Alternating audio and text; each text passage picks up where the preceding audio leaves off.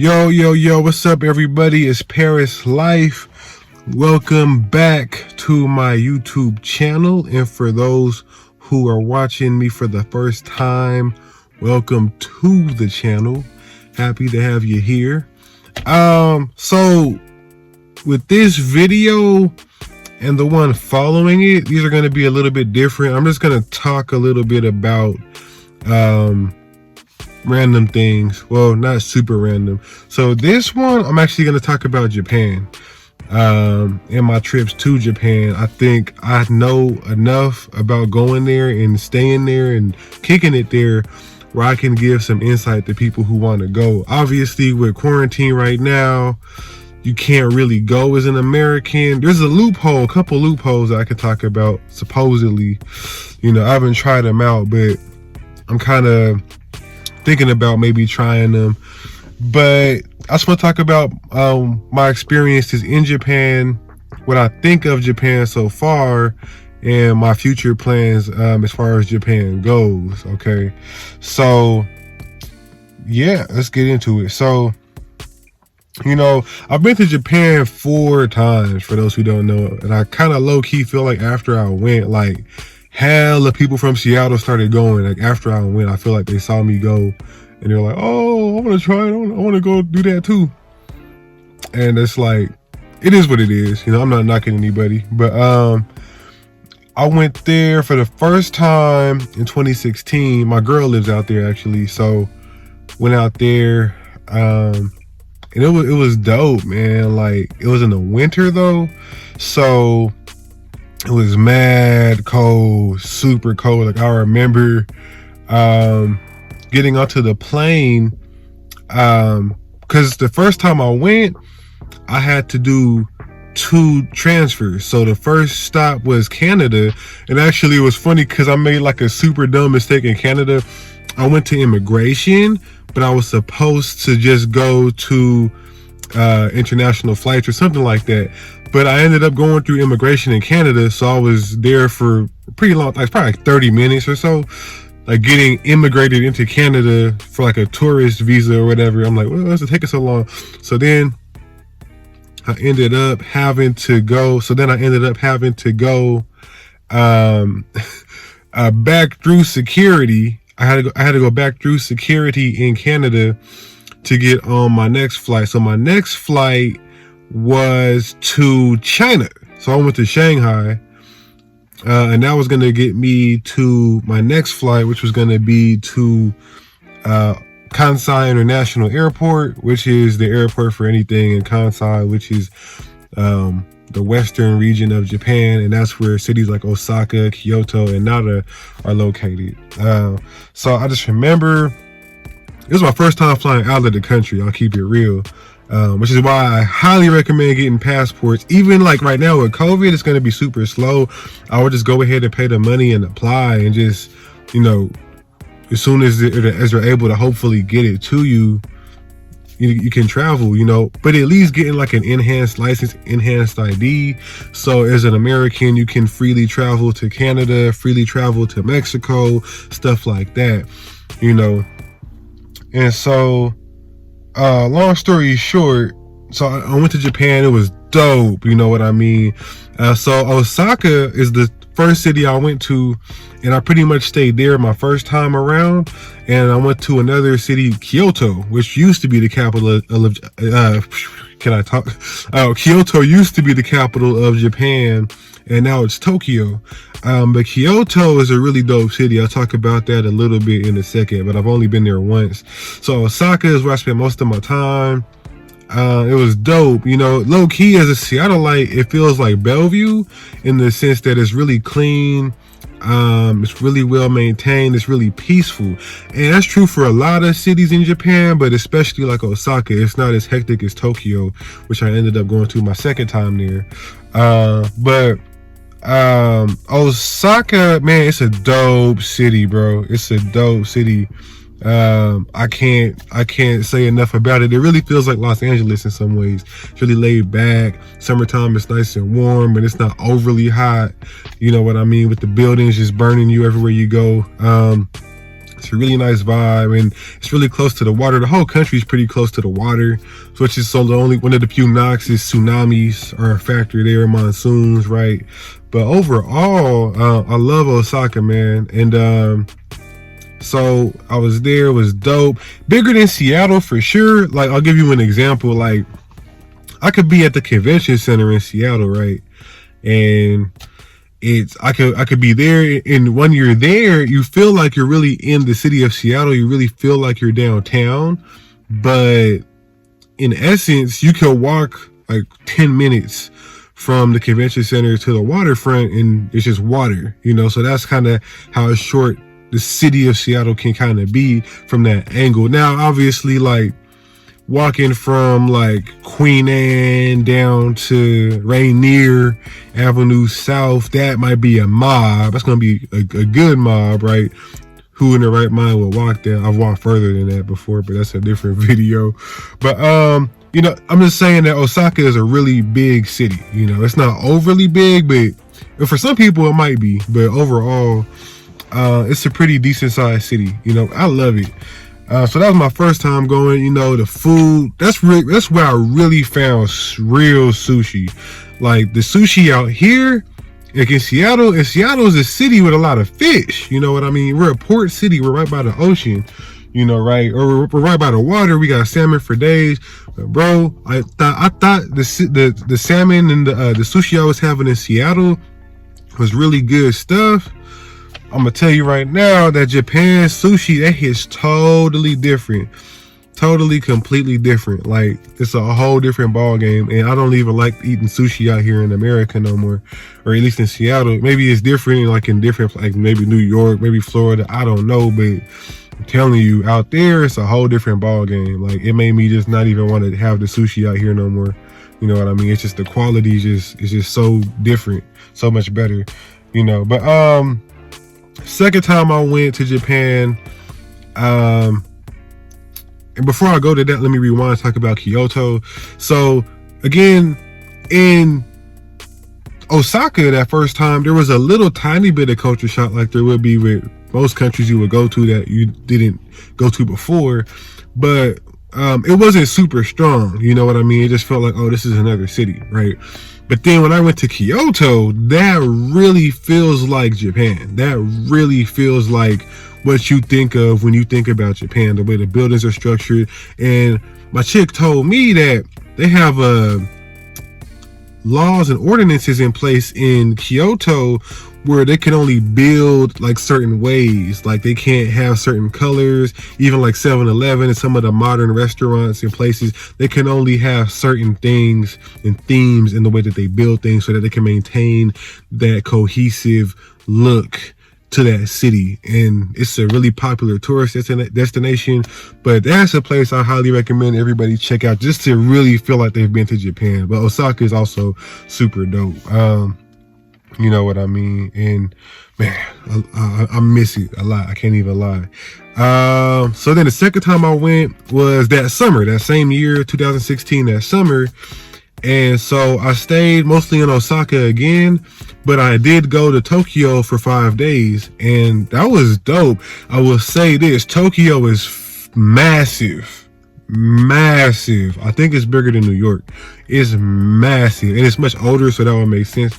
Tokyo is massive. I got lost like every day. There was moments like me and my boy Andrew, shout out to him, man, where I was trying to find him and my homie at this restaurant.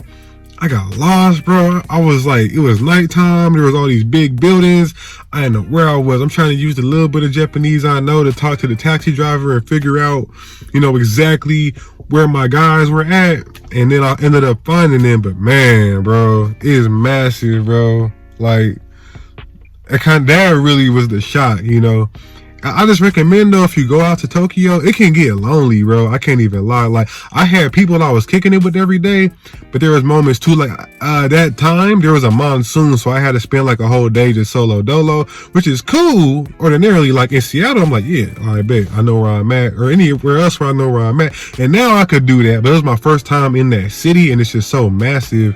Like, low key, it can get like a little bit lonely, you know what I mean? And people got to do their things. So like that night, then I had to kind of spend that whole day solo dolo because the monsoon was coming. Had to stay inside, you know what I mean? And I remember that night I kicked it with my homie Andrew and all that good stuff. And then I was kicking it with different people throughout the time I was there. But that specific day, I was like, dang. So I could see why people in that city might have issues with depression and stuff like that. Or if you're already having some kind of issue going on and you go and live out there, you got to be careful, you know, just keep a circle of friends. And what I did like that I'll get into in a little bit is that the people I met out there, even the foreigners, like the Americans that I met or people from other countries that I met that lived out there, I love just seeing how they started to match the hustle of the Japanese people. It was really inspiring. And I'm going to talk about that in a little bit. But yeah, man, like Tokyo is a dope city. It's huge. I highly recommend you have travel buddies when you go out there. Have a really good itinerary, have something set up. It's not really a place that you want to be by yourself the first time you go there. After you get to know it a little bit, get a little familiar and realize how the trains kind of work, then cool, go ahead, go crazy. You can be a lone wolf, but that first time, at least I would say you definitely want to be there with somebody, especially like if it's your first time in that city. So that was my experience. I loved it, man. Like I ended up rocking the mic out at this bar. It was crazy. You know, just meeting different people, just turning up, acting the fool, man. We had a good old time. And then I came back to Osaka, met my girl's parents and all that. It was really dope. So that was my second time. Third time was a year later, December 2017. I think that time I brought my camera out. So we went to Nara, and Nara, as an American would say it, it's also really dope. So they have a bunch of wild deer just running around. And it's not like out here, like you might see a deer, but there's a high likelihood that the deer is going to be super scared of you out here. So they're just going to run away. You know what I mean? Unless you're very still or unless they can sense that your heart's in a really pure place.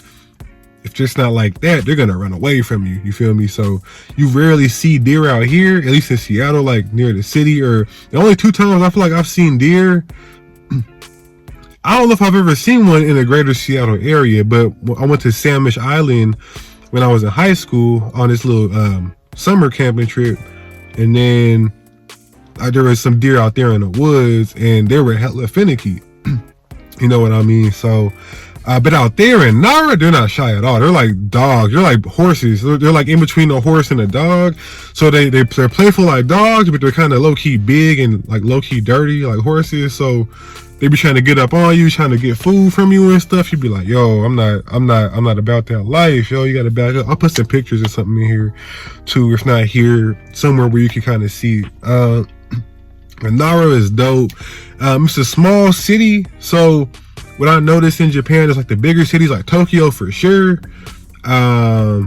Osaka, yeah, and maybe even Kobe. In those cities, especially Tokyo and Osaka, you'll find more people that speak English because they know that the tourism is going to be popping most of the time. They rely on tourism a lot as a country, I feel like. It's one of their many sources of revenue. So they do try to learn English. It's a really big thing out there. It's a really big deal. And they're hella friendly, you know what I mean? Most of the people out there. So that's just kind of something to think about. But I say that to say, like in Nara, it's a smaller city.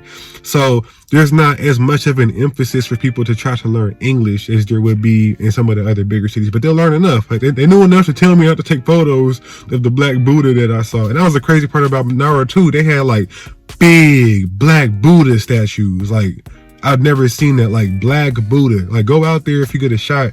They had statues of Buddha, but he was black. You know what I mean? And the color was black. I don't remember if the features were different than what you traditionally see with Buddha, but it was a big black statue of Buddha. They had a bunch of them. And at that one place, they told me not to take photos, but other places, they were like, oh, it's whatever, you know, buy something too. But Nara was super dope. And then I went back in 2018, that summer, and that was super fun, man. That was a whole lot of fun. Went clubbing. I went clubbing, I think I went clubbing the first time, the second time, and the fourth time. I didn't really go clubbing the third time. But yeah, bro. Cause basically I was in Osaka again, right? But then me and my girl went to Tokyo and kicked it out there. That was super lit. And then came back to Osaka, chilled some more. So man, it was super dope. And then that time too, we went to like Disney Sea and all this stuff. I could talk for a long time about this. I don't want to make this video too long, but it might be a long video, so just bear with me. But man, it was really dope. Like we went to Disney Sea, and at Disney Sea, it's like Disney World. They have Disney World too, but Disney Sea, it's a more mature version. I won't say quite adult. It is in a sense because they do sell alcohol at Disney Sea, but not at Disney World, and not a whole bunch. It's not like you're going there to get faded, but they'll sell like little coolers and beers and stuff like that, and it'll kind of be mixed with some sugary blue stuff, so it won't give the impression that, oh yeah, we out here kicking it. But they do sell alcohol there, right, at Disney Sea. But it was dope. It was a fun time. They had like the Pirates of the Caribbean thing. That was crazy. Like they're just shooting water all over everybody, and oh man, it was a fun time, man. And then the clubs, we went to Harlem. Harlem was popping. They had a club called Adam that was right next to Harlem. We didn't go there, but I want to go to Adam next time I go to Tokyo for sure. You know, in Osaka they got Ghost. I like Ghost personally. I have a homie that had a falling out with them, but I like Ghost. I went there, only went there once, but it was dope when I went. The music was on point. You know what I mean? For Japan, you know what I mean? And Japan is interesting, bro. Like, because when I was in Osaka, that was the only time. I forgot if I was in Osaka or Tokyo, but we went to some shopping center. And I just went to the restroom. And you know how the restrooms would have music? It was the only restroom I've been to that played like a country song. And then right after that, they played 21 Savage. I was like, this is an interesting music selection. But no, it was lit. Every time I go, I have a lot of fun. So I have some, now I'm going to bring the notes out. So the culture, man, is dope out there. The people are mad polite, super duper polite. If you ask somebody for help, they will help you generally if they understand what you're saying. So I highly recommend learning at least a little Japanese before you try to go out there. You can kind of get away with using just English, but you will kind of cheat yourself out of the full experience. But people will help you out. They'll try to help you, like if you are lost. Like I had it twice in Tokyo where I got lost. People would be like, oh, yep. And they will walk me to where I was trying to go. Cause they're like, yeah, I got some free time. I got you. Ain't nothing. You know what I mean? I think the biggest thing, man, for culture wise too, like as a black person, you don't have that same fear that you have being in America. Or a better way to maybe phrase that, or a different way to phrase that would be you don't feel as defensive about your safety or about life in general when you're out there versus when you're out here in the States. Because out there, they're not looking at you crazy. They might look at you like, oh, it's a black dude? I don't see many of those. That's interesting. And now there's more foreigners going there. But generally, they don't look at you with a sense of like fear or apprehension or whatever. You know what I mean? I don't even know if I'm using that word correctly, but they're just looking at you with a sense of curiosity more than anything. You know what I mean? Especially if you're into American culture. You strike up a conversation, man. A lot of them, like if they don't speak no English or something like that, but you can speak some Japanese, they'll be just super hyped just to be talking to somebody that is from a different country. They'd be like, oh, what? You know what I mean? So it's really dope. But I really enjoyed that. Like, I feel so different. I will say some of the Caucasian people I run out to when I'm out there that just never see black people because they're so used to seeing just Asians and the occasional Caucasian person, they might look at me a certain way, but like they might have some of that fear sometimes because they're just like, what, black guy? Oh gosh. I mean, but overall, it's all love. You know what I mean? But yeah, overall, like it's a place where you don't really want to get into no fist fight. So that was one of my other things, was like there's no fear of physical harm. It's a place where you don't really settle things with your physical body. You know what I mean? Like you gotta really just be cool. be polite, get your point across, and that's it. You know what I mean? But you're not going out there trying to fight people.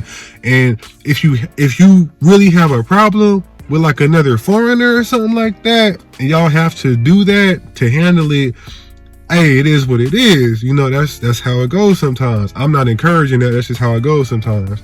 But you for damn sure better not get in no fight with no Japanese person. If you're American, you probably go to jail automatically, and their laws is different out there. I don't know if there's a free phone call or any guarantees. The only guarantee is you probably be in jail for as long as they feel like keeping your ass in jail. So don't get in no fights out there. No one's really looking for fights out there. You know, it's not like America where, you know, everybody's trying to act hard all of the time, which I can't stand. Like, I can't just go to the store and just relax and enjoy looking around at the stuff. Like, I have to worry about this dude, you know, trying to take up space just because he wants to feel macho, and in his mind taking up space means that he is proving himself as a man versus just trying to be polite and just letting me through, or vice versa.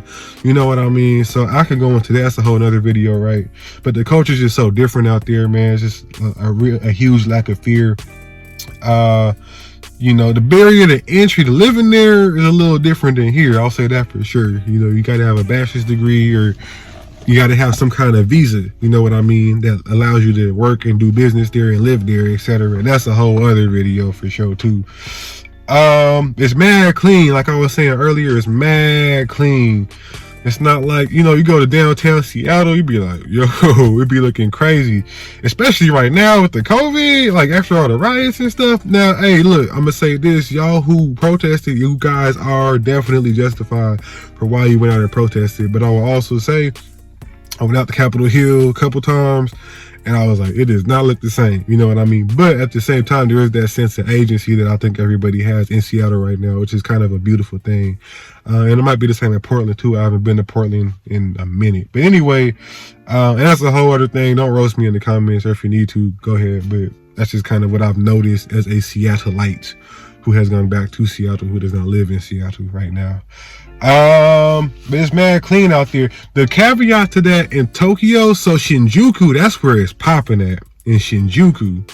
That's one of the places it's popping at in Tokyo. I will say this. It was the last time I went there. I remember the streets was kind of low-key dirty, but my homegirl Emma, shout out to her, Young Vamp, is her rap name. And she lives out there right now. Actually, she's an American. And she was like, oh yeah, there's a person every morning that cleans up all the streets. So I guess in the morning when people go to work and everything, somebody or some people go out there and just clean things up. So it's just completely squeaky clean. But at nighttime, when all the young folks go out and turn up, and it's lit, y'all. I ain't even lying to you. It's lit.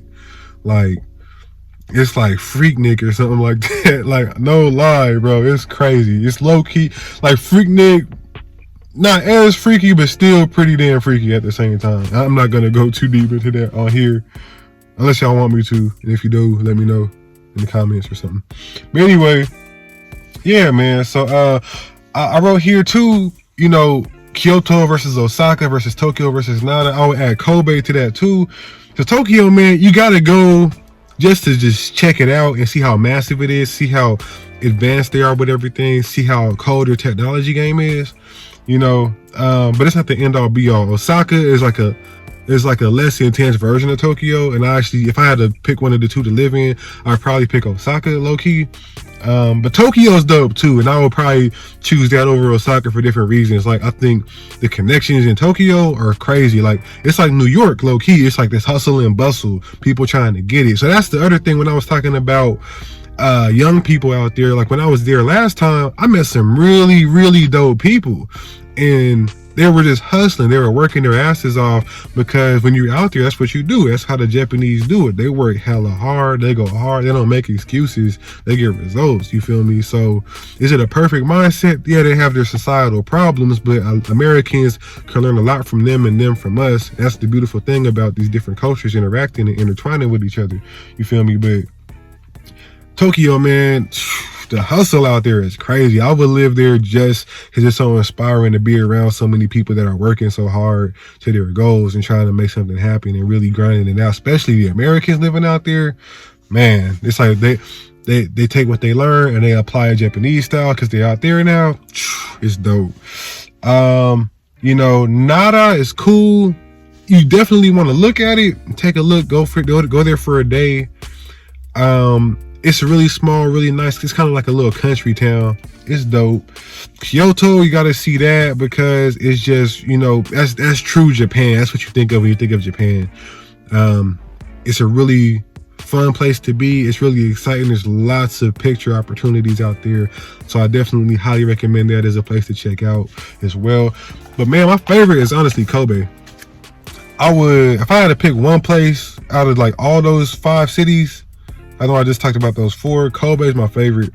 I love the energy there. And Kobe, people don't know, is actually a sister city to Seattle. So as we have the Space Needle, they have the Port Tower, and it looks kind of similar. And it's actually in the Port Tower, when you go up there, they have things about Seattle and how those towers kind of share similar histories.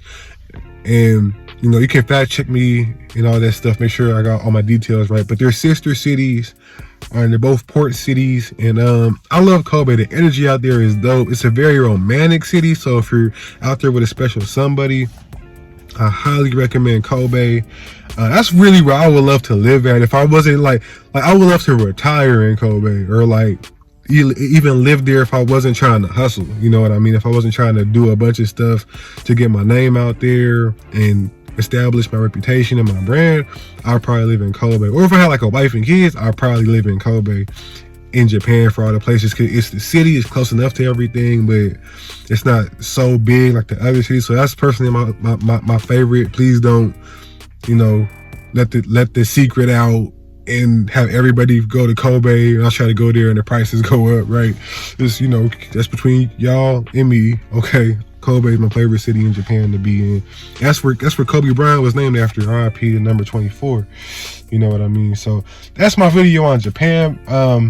For this one, guys, there's so many things I can go into, you know, little different culture things. You know, it was dope, you know, just stopping in Canada on the way there, stopping in China on the way there, and just stopping in Korea on the way there, seeing how all these different cultures intermingle, man. It's a beautiful thing.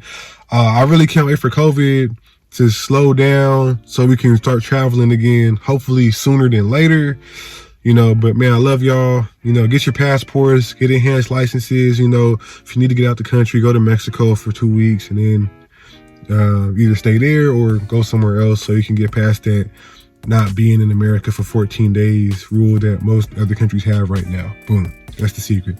I just gave you some game. Hey, I'll see y'all in the next video. I got another good one after this. Much love to y'all. Have a good rest of your day / evening, and peace.